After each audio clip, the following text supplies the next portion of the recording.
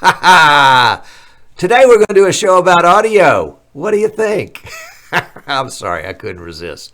The guys were teasing me about it in the chat room before. Oh yeah, Tom, you need to do that. So I was always a sucker for a dare. So I'm glad you're here today. Today we're going to be talking about audio, particularly audio in vMix, particularly troubleshooting audio in vMix, and also understanding, because things that we understand, we don't have to troubleshoot. So let's try to get some understanding and then maybe some tips on troubleshooting. If you're just joining us for the first time today, I'm so delighted to have you here. If you're watching us live, come on over to easternshorebroadcasting.com and click the Watch Live tab if you're not already there, and you can get in on the really cool chat that we were using. Let's see, we had it in the pre-show today. Yeah, there you go. That's the chat. That's what it looks like in the pre-show, and that goes away when we do the regular show, but it's on the show page. So if you're watching us on Facebook or YouTube directly, or Twitter or Periscope, we're not going to be responding to any comments you might leave there until after the show. But come on into the chat that's on easternshorebroadcasting.com, and we'll see those. I've got those right up there. And somebody's saying, "Hey, audio's not important." I think that should be trademarked by Mike Phillips. Anyway, today we are going to talk about audio, and I'm really excited about that. And then I'm looking at my list. Yeah, never mind. A little bit of news. The guys at World of Live Streaming, which is sort of an offshoot of this show, have had their 1-year anniversary this past Monday, and it was a delight to be on that show. Thanks so much, guys, for inviting me. And they also hit 500 followers, viewers, likers on their Facebook page. So if you're interested in the worlds of live streaming, let's see, I think we got a picture. Yeah, this is the Facebook page. It needs a little freshening up, don't you think, guys? Anyway, they've got some great discussions going on there, akin to what goes on at the Streaming Idiots group on Facebook, which is right down at the bottom right there, facebook.com/group/streaming idiots. Always a conversation going on about streaming. You can ask questions. People don't make fun of you, at least not that I know of, for stupid. They don't make fun of my stupid questions. Let's put it that way. So we're happy to have you come join that group. We just hit 1,000 members a couple of weeks ago, and you're more than welcome. I also wanted to give a shout out to a really cool piece of, I don't know if it's software or exactly, kind of how it applies, but it's the web captioner that is a function of Google and a Google browser, the Chrome browser, and can be brought into vMix so that you can get an automatic captioning, closed caption of your show. We haven't used it yet here, but I did want to point it out to you at webcaptioner.com. And they also have a great group on Facebook of folks that are following it and using that. So if you're interested in some captioning because you need to fulfill some FCC requirements or something like that, that's a great one. It's, I won't say it's public domain, but I don't think you have to pay for it. So anyway, that's Web Captioner. Today we're using vMix for our broadcast. We're using vMix version 20.0.0.30 is the latest, greatest release of vMix 20, and we're using it on 2 PCs. You say, well, Tom, why are you using it on 2 PCs, man? Well, I build wonderful streaming PCs for other people using the latest, greatest hardware. But around here, we just we cobbled together some old second generation i7s in a couple of PCs, and we're using NDI to kind of connect them. And so we got one that's streaming and recording and one that's doing all the production. And it works out really great. And if you're thinking about building and you want to just do a budget build, go on eBay and buy a bunch of stuff on there. If you're thinking about a more serious build and you need some assistance, we have a build service where we will coach you through a build, or if you don't even want to do that, we'll build it for you. We've got one on the workbench right now that we'll finish up tomorrow and ship out. So if you need those kind of services, and I guess this is the infomercial part of this show right now. Yeah, we build live streaming PCs. We represent vMix and PTZ optics and X keys and Marshall cameras and Magewell capture cards. And so they're all in our store at easternshorebroadcasting.com. Plus we do consulting and coaching. So if you need some assistance in any of those areas, I am happy to help. The other part of our setup today is that we are streaming to Facebook using the RTMP settings, because Facebook won't let you use the API in Facebook if you're streaming somewhere else like YouTube, which I am streaming to YouTube. So I'm streaming to YouTube 1080p because they're going to transcode it to 720, 480, 360, 240, 144. I mean, just a scat of things that they transcode it to. So if you want to watch on your phone, pick out the YouTube channel. That's definitely the way to do it. We're also streaming to Facebook. We're streaming 720p to Facebook at 1.5 megs. The YouTube feed is 1080 at 6 megs. And then the Periscope Twitter feed is, I think, 0.8 or 800K. And that's whatever that orientation of the Twitter ends up becoming. It's not very high resolution, but it's okay. So that's how we're set up today. If you'd like more information about how we're setting up, shoot me an email, tom@easternshorebroadcasting.com, and I'd be happy to share it with you. And by the way, if you have a quick question, or if you're jammed up and you just need to get unjammed somehow, sometimes just somebody asking the right question can point you in the direction of the answer. If you think I can help, go to easternshorebroadcasting.com, use the contact page and contact me. My phone number's on the contact page. Should I do that? Anyway, there we go. All right, so let's see. Let's talk about audio. Audio.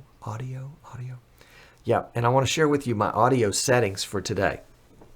What's the easiest way for me to do it? How about a desktop capture in vMix? Let's fold on over to this. And don't pay any attention to that screen over there. That's just the output going out to infinity. But over here, where I'm waving, the one with the orange top, that's the preview window. Program is across there. And then down there, all the way across the bottom, are all the inputs. And you can see in the bottom right-hand corner a bunch of inputs that show volume meters. That's the audio mixer section. And then the other inputs in the bottom left corner are, well, that's all the inputs. That includes audio inputs too. But right now, we're just going to be concerning ourselves with the audio mixer section. And we can take the audio mixer section, and I don't know if you can see my mouse right there, but there's a little thumbtack there. And so we can undock that thing. And let me drag it back in so you can see it. And there's the whole audio mixer. Put it right over me, how about? The whole audio mixer is right there, and I can size it any way I want to. And you can see I've got a bunch of inputs here that I've minimized just because I don't need to have them out where I can see them right now. And you can see that this one right here is my microphone. And then I've got one for a vMix call that I use, virtual audio cable. And then, yeah, we can just minimize those because we're not using those. And then this one is my theme music, which I just leave playing all the time, and it's right there. And then all of those are inputs. You can see the little blue bar right there. So everything to the right of the blue bar is an input. Over here, this other blue bar says output. So I've got a master output. That's what's coming to you. I've got an A output and a B output. And the reason that is important, and by the way, if I use the minimize button right here, that'll redock that window. So let's redock the window. The outputs I can set in the settings section. So we'll click on settings and we'll go to audio outputs. And you can see that my master output, it says none. Well, it says none because I don't necessarily want to send it anywhere. I just want it to be there and be streamed, because the streamer and the recorder will stream and record the master output. I've got the headphones set to the Behringer UMC 404 HD. That's my audio interface. We'll talk some more about that. And then I've got the A bus and the B bus assigned to some virtual audio cables. Don't worry about those right now. And the default bus for all new inputs is the master. So that's just kind of the brief lay of the land there. Let's get rid of that. And you can see that I've got some of my inputs down here at the bottom set with the A button or the B button pressed or not pressed, depending on how I want to route the audio. Whoops, let's get rid of that little guy right there. Let's look at the input. And again, we're going to undock that again so that we can see it better. And this is the one for my microphone. We'll use that one as a good example. We've got the volume. That's easy to see. We've got the gear cog. That's settings. The solo button allows me to just solo mine. So if I click that button, bam, now I hear it. Just me. I'm going to turn that off because that's annoying. The little arrow button right here, it's got a green arrow to the right and an orange arrow pointing to the left. Well, that just happens to be the same colors as what we see on the top of the preview window, which is orange, and the output window, which is green. And so the significance of that is that's the follow button. So when my input, in this case it's a microphone, but let's say if it was a camera that had audio with it, I would want that to follow. And when the camera was on and active, the mic would be on and active. And when the camera wasn't, the audio wouldn't. But we'll turn that off right here. I really, honestly, hardly ever use that because it always ends up biting me in the tail. And then this is the audio button. So if I click it,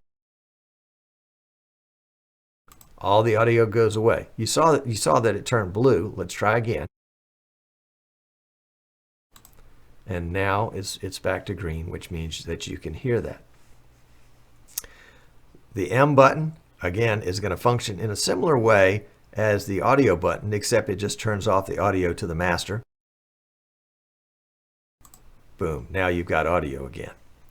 So let's go into the settings right here and talk a little bit about settings. And again, this is my microphone. So you can see the pre and post fader, post effect audio there. And what I want to draw your attention to right off the bat is down in this bottom left-hand corner, there's a little headphone icon and a little knob next to it. And that allows me to turn up and down the volume going to the headphones. Now you remember I told vMix that my headphones were on my Behringer UMC 404 HD audio interface.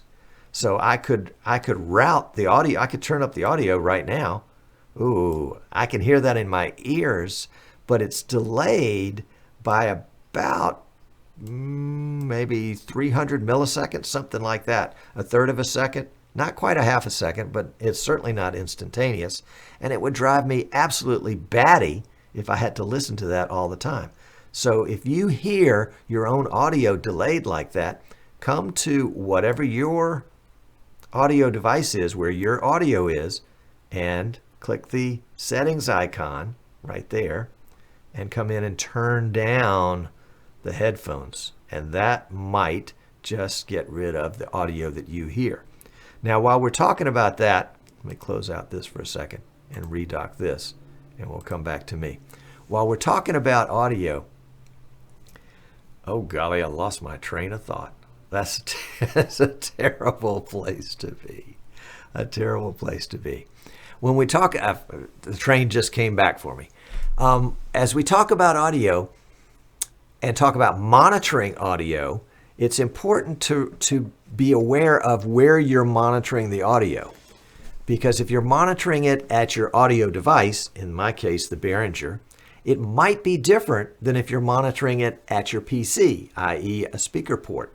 And you've got some speakers set up, or you're tapped in with some earbuds like I am. You can see the little earbud right there on the side. That's how I can, well, I don't really have anybody to listen to today, but it's force of habit. I guess I get to listen to the theme music.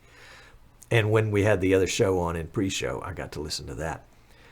But I do recommend that folks monitor the audio at the PC, because that's what's being streamed. That's what your guests are hearing. that's what you can. Dave Edwards said something in chat I'm going to share with you in just a second, but it caught my eye because he's got it posted all in bold.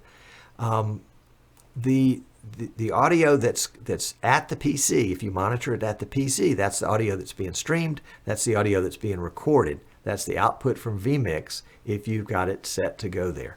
In my case, I mean, if you've got the headphone jack set to go to the speaker jack on your PC. Again, it's kind of telling the audio where to go, routing it here and there and everywhere. So in my case, I'm telling vMix, if it has to do with headphones, I want it to go to the Behringer. But if I were setting up something for you, I might say, since I don't know what kind of audio interface you have or what kind of mixer you have, let's just monitor it at the PC. And then you'll say, oh, but I hear myself and it's delayed and it drives me nuts. Well, that's when you go into your audio input, and we'll do what Dave just said. Let me pop that back up here. Let's go here, and then we'll pop that out and go in here. And Dave says if you just double click that, there we go. Just click it and it turns it up and drives me crazy. Thank you, Dave. Great idea. So, and you say, well, Tom, how are you doing it? Well, I was taking my mouse and putting it right on the volume meter, holding down the left mouse key, and then lifting to turn it on and to turn it off. Or Dave says you can mute it or turn it on like that. Now, new in vMix 20 is the ability, let's go back here for just a second. If I were adding this microphone as a new input in vMix, I can tell vMix when I'm adding it to mute the headphone or to allow me to hear the headphone. So that's a nice choice. And if you know about it, if you know to do it, then you can do that when you're adding a device that you might be tempted to listen to and it might be delayed. All right, so let's redock that. We'll go back here for a second. So we've talked about double audio, and that's when you hear an echo, that's when you hear yourself twice. Now, there are other things that can kind of mimic that. And one that got me, it's probably been a couple of years ago, but it drove me nuts and I could not get rid of it. I've probably spent 2 hours troubleshooting it, and I was doing a test stream. And yeah, you've already figured it out, haven't you? And so I had the web page up of my test stream and I had that audio turned on. So I heard my own audio, 2 or 3 seconds later. That was back in the flash days, I guess, when you had, almost immediate audio like you can with YouTube's ultra low latency audio. And I couldn't figure out, I thought it was on my mixer. I thought it was in the PC. And it was as simple as having a web page up where the volume was enabled. And if you're using YouTube and you're monitoring the YouTube right now, I'm monitoring YouTube on a separate monitor over here to the right. But I hope, let's see, let's make sure. Generally there we go. I've got that muted. Oh boy, that's a good thing. I've got the audio muted. Otherwise I was going to hear it. If you're monitoring your Facebook feed, make sure to turn the audio down so that you don't get a feedback or get, not really feedback, but that double audio that you might get otherwise. Just a reminder, if you're just joining us, we're talking about audio today in vMix. And if you're joining us on Facebook, YouTube directly, or Twitter or Periscope, and you want to get in on the chat that we'll be concentrating in on the post show, you can come on over to easternshorebroadcasting.com right now and have the chat, and the chat pops out or the YouTube pops out, and you can catch either one of those that you want to. I see we've got about 60 folks on the YouTube right now, and only about 3 dozen in chat. So you're welcome to come on over there. They're a good group. They don't bite much. In fact, I don't think you guys ever bite at all. Anyway, I'm getting off track. So double audio can be a web page. It can be where you're monitoring your feed and you've forgotten to turn the audio off. And just a little side note, and it doesn't have anything to do with audio, but if you are monitoring your feed on the PC that you're streaming from, remember that even just having a web page open can eat up a little bit of CPU. So if you're CPU restricted, you probably don't want to do that. And if you're bandwidth restricted, remember it's going to eat up a little bit of your download bandwidth to be able to monitor your own feed. And also remember that it'll be delayed by whatever the latency is in the CDN that you're using. You say, okay, Tom, that's great. My problem is not too much audio. My problem is not any audio. It's gone, or it's intermittent. What's going on? Well, let's go back and check the mixer again, the audio mixer in vMix. And again, that's right down here in the bottom right-hand corner. You can see that green button is the audio mixer section, and I can undock it with the thumbtack, or I can make it go away altogether. I don't want to right now, so we'll put it back, and let's undock it, and it'll go back to the position we had it just a minute ago. And we'll go ahead and look at this mic input, which is my mic input right now. And we'll talk about the follow button. Now the follow button, imagine if you were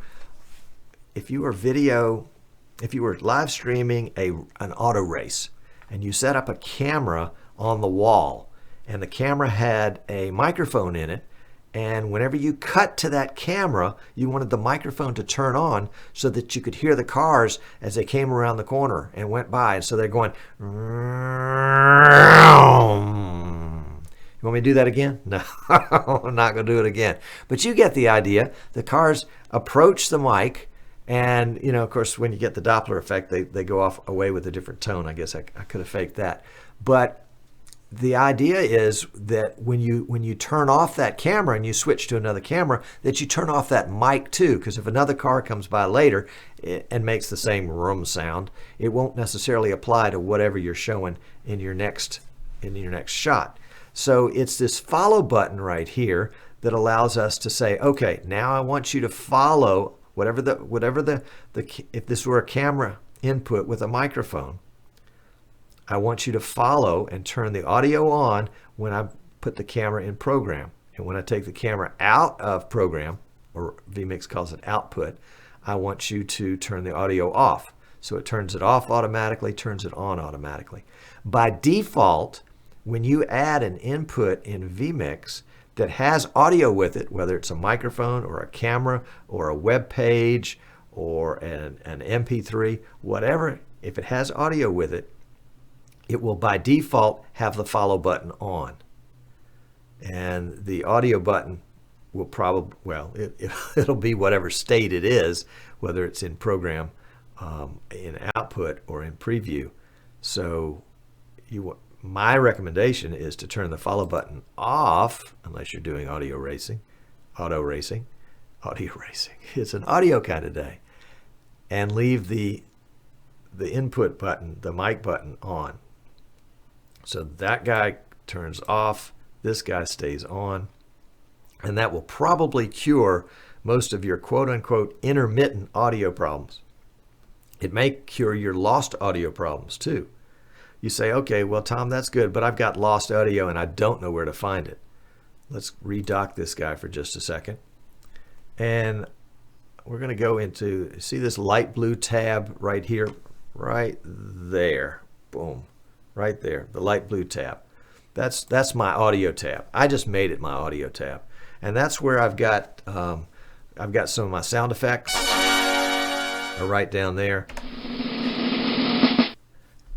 And you can see that each one of those has a little audio button on it, and that turns the audio off and on. Here's my mic right here, and here's the audio input from my mic right here. And as I turn this audio button off and on, the same goes off and on here. When I turn it off and on here, it goes off and on there. So you might have accidentally cut off an audio right there. So I've turned off my sound effects. Now it's not going to go. Yeah, I mean, it's going somewhere, but you just can't hear it because I've turned off the audio for it. So now if I turn it back on, there we go. There we go. So here's an audio, here's an audio. They do the same thing, they're just in two different places. So we're good right there, okay? Let's see. What if you have a vMix call and you don't get any audio with it? Well, that can be a problem. That can be a problem. Here's a vMix call audio interface. Let's pop that thing out so we can look at it all by itself. There we go, right there. And you can tell by the blueness of it that, hey, it's not going anywhere. It looks like it's got audio on it, but it's it's not going anywhere. How does it have audio on it? Did somebody call in on that thing? Let's see, vMix call. Somebody did. Look at there. How about that? That's funny. Tom, you show the ID on the screencast. Change it on the next one. Oh, I love it. That is too funny. Thank you. That is hilarious. Okay, so we'll put up something else right there, and we'll go back to our mixer. See if we can find our mixer. There it is. Okay, that's funny. Yeah, that's my regular guest one. So don't use that. Don't call that during the middle of a show. So I've got my guest turned off, and I can turn him back on. Oh, that's what he's hearing right there. So that's being played back to him. I can put the follow button on, and a lot of times not a lot of times, every time when you add a vMix call and you get an audio input, the follow button is on. And so a lot of complaints will be that when I turn my guest, when I bring my guest into the output, he has audio, and then all of a sudden his audio disappears. Well, that probably disappears when you've taken him off the screen and off the output, and he's gone to the follow button. So there you go. So let's redock this guy, and we'll go back to the main shot there. There we go. So there are lots of reasons why your audio doesn't do what you want it to do, but most of the time it's because it's not where you expected. So get to know those buttons, test them out, play with them, understand how they function. One other thing that I'm going to mention, because I just played with it a little bit today, and you can do this on a case-by-case basis, or you can do it on a universal basis. And so let's go back to our kind of everything right here, and we'll pop the audio mixer out again, and we'll take let's just take my audio again for example. And so we'll open my audio, and really we'll use mine for example, but it might be a guest, or it might be a video, or it might be some other kind of clip. You can use the compressor to add, or not add, we'll give it a 10-to-1 ratio with a threshold of about 25. And if I enable the compressor, that's going to bring my audio level down just a little bit. But if you've got somebody that's known for talking really loudly, or if you're bringing in some video clips and each of the video clips has a different audio level, go ahead and give them a little compression, and that'll help even them out a little bit. So we're going to take it off of me, and we can do the same thing in the master. So we can do a compressor that is enabled for everybody. Excuse me. Whew, that was a sneeze, so we hit the sneeze button there. Sorry about that. I could have turned some compression on, but I couldn't do it fast enough. So we can put compression on everything. Now compression is going to boost the low volume, and it's going to keep the high volume from blasting everybody's ears out, depending again on the ratio and the threshold that you set. And we'll be talking about more. We'll talk about that more in an upcoming broadcast. But I did want to cover that because we were kind of playing with that this morning and having fun with it. So that is kind of a quick and dirty on audio, and we'll have that available as a YouTube, so you can go back and watch it later. And in fact, I think we'll probably just cut out the audio clip and make that available, so that if you've got some questions about it. Audio will also, when you do a fade to black, it will cut the audio, and when you hit the fade to black button again and kind of unfade from black, it will unmute your audio. so your audio will work on the fade to black as well. I think that wraps it. I think that about wraps it. Yep. So if you missed some of this and you're coming in late, because I see Jan has just come in late, and who else is just showing up now? Rich is here. Rich, we enabled the DVR function for you, so you guys can drag back. Whoops, I guess it would go that way. Drag back the little ball in YouTube and watch the part that you missed earlier. And in fact, you can do that, after the pre-show is ended and we're kind of letting things roll out. You can draw it all the way back there, and I think it'll remain active as long as you want it to in that circumstance. So you can watch the whole show again, kind of as a replay immediately after the fact. Rich says DVR for idiots. That's right. So thank you so much for tuning in. This has been Streaming Idiots, brought to you by Eastern Shore Broadcasting, where we represent all sorts of cool stuff. And, again, this is just a giant infomercial for what we do, so there's full disclosure there.